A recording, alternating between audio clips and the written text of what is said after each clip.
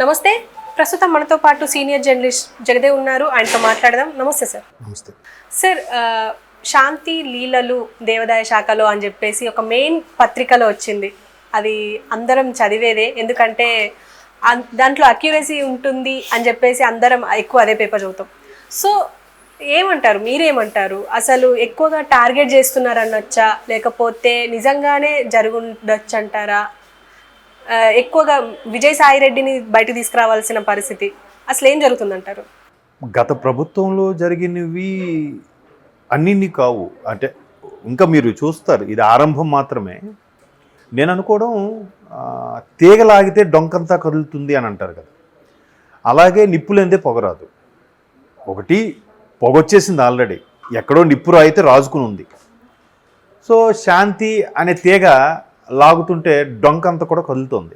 ఎట్లాగా? గతంలో ఆవిడ చేసిన లీలలు, లీలలు అంటే జనరల్గా మనం తప్పుదారి ఎవరైతే పడుతున్నారో వాళ్ళు లీలలుగానే పత్రికా భాషలో మాట్లాడితే. సో అట్లాగా ఎవరు అండతో చూసుకుని ఆవిడ అలా చేస్తారు, ఎవరు దన్నుతో ఆ విధంగా ఆవిడ అన్నీ పాస్ చేసేస్తుంటుంది. ఒక అధికారికి విచక్షణ ఉంటుంది, ఎంతో కష్టపడి చదువుకొని ఆ స్థాయికి వస్తారు. వచ్చిన తర్వాత కొత్తగా ఒక రంగుల ప్రపంచం పరిచయం అయిన తర్వాత ఏది మంచిది ఏది చెడ్డది, ఎటు వెళ్తే మనం త్వరగా డెవలప్ అయిపోతాం, ఎటు వెళ్తే మనకి అవకాశాలు ఉంటాయి అనేది ప్రతి ఒక్కరూ అదే ఆతృతతో ఆ యాంగ్జైటీతోనే ఉంటారు. సో మేబీ ఈమెకి కొన్ని ఛానల్స్ టచ్ అయ్యి ఉంటాయి. టచ్ అయ్యి అంటే గత ప్రభుత్వంలో అవి సర్వసాధారణంగా కనిపించాయి.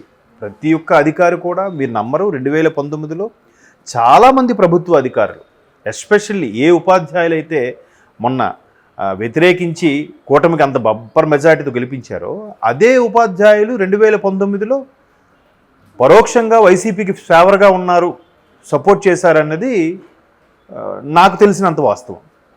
ఎందుకంటే బాబు గారి పాలనలో కొన్ని సరే చూసాము, ఈయన ఒక ఛాన్స్ అని అడిగాడు, ఆయన ఎలాగా 5 ఏళ్ళు ఇచ్చాము, ఈయనకు ఒక 5 ఏళ్ళు ఇద్దాము, ఎట్లా ఉంటుందో, ఎట్లాగూ కసిగా ఉన్నాడు కాబట్టి ఆయన డిఫరెంట్ పంథాలు, ఆయన ఒక మార్కు చూపిస్తాడేమో, ప్రజల్లోకి వెళ్ళి ఇంతగా తిరుగుతున్నాడంటే ప్రజల కోసం అంతగా పట్టించుకుంటాడేమో అనుకున్నారు.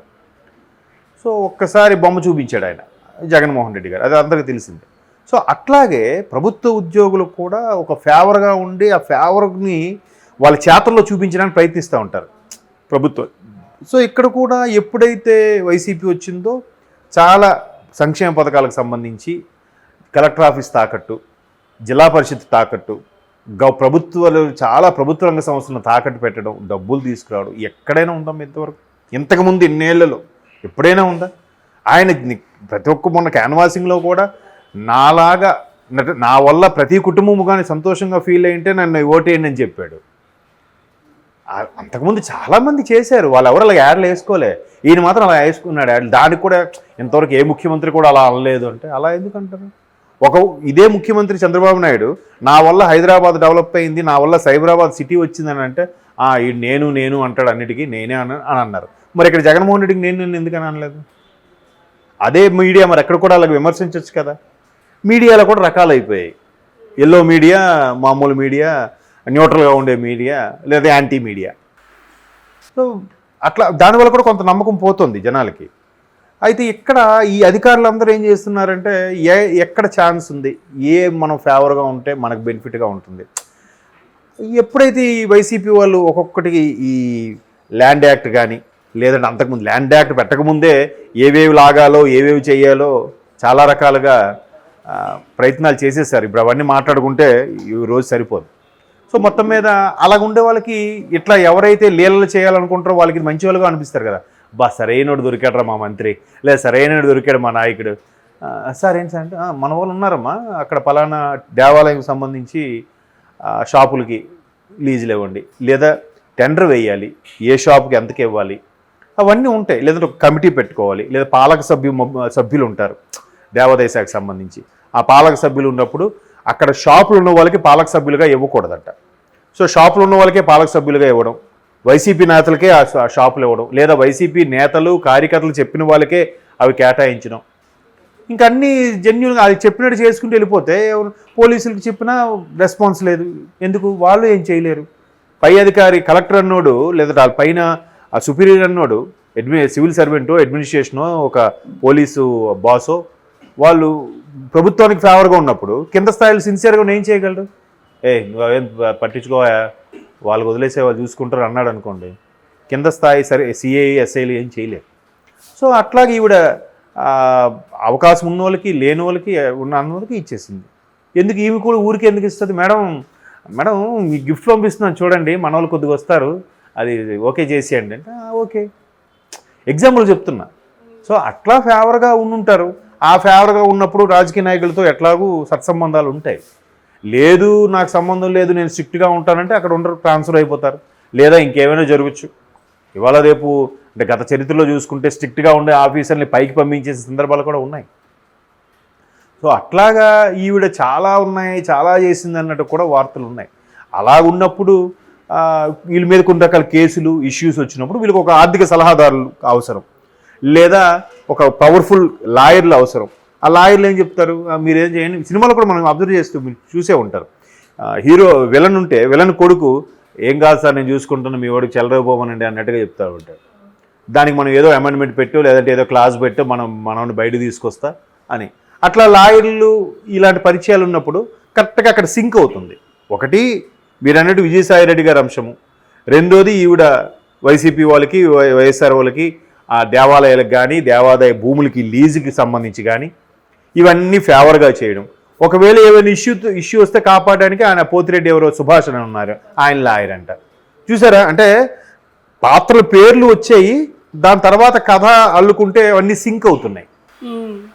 ఒక్కొక్కటి ఇప్పుడు మీరు అన్నారు అమ్మాయి ప్రధాన పత్రికలో అంశం వచ్చిందని, దానికి సంబంధించి వాళ్ళు బైట్స్ కానీ కొన్ని రకాల ఆధారాలు కానీ కలెక్ట్ చేయకుండా వాళ్ళు రాయరు. సోషల్ మీడియా కాదు కదా ఆ పత్రిక. ఇప్పుడు సోషల్ మీడియా అనుకోండి, అరే సోషల్ మీడియాలో వచ్చింది నిజమేనా అని అడగచ్చు, కానీ పత్రికలో వచ్చింది అలా అడగలేం. 100% దానికి ప్రూఫ్ ఉంటుంది. అఫ్కోర్స్ అలాంటి పత్రికలు కూడా ఇప్పుడు వచ్చేసాయి అనుకోండి, వేరే విషయం. పలానా దగ్గర ఇలా ఉంది, పలానా దగ్గర అలా జరిగింది, లేనిపోని క్రియేట్ చేసి ఈవీఎంలో ఒక పాము వెళ్ళింది అందుకే ఈవీఎం బదలగొట్టారని లాంటివి కూడా రాయొచ్చు.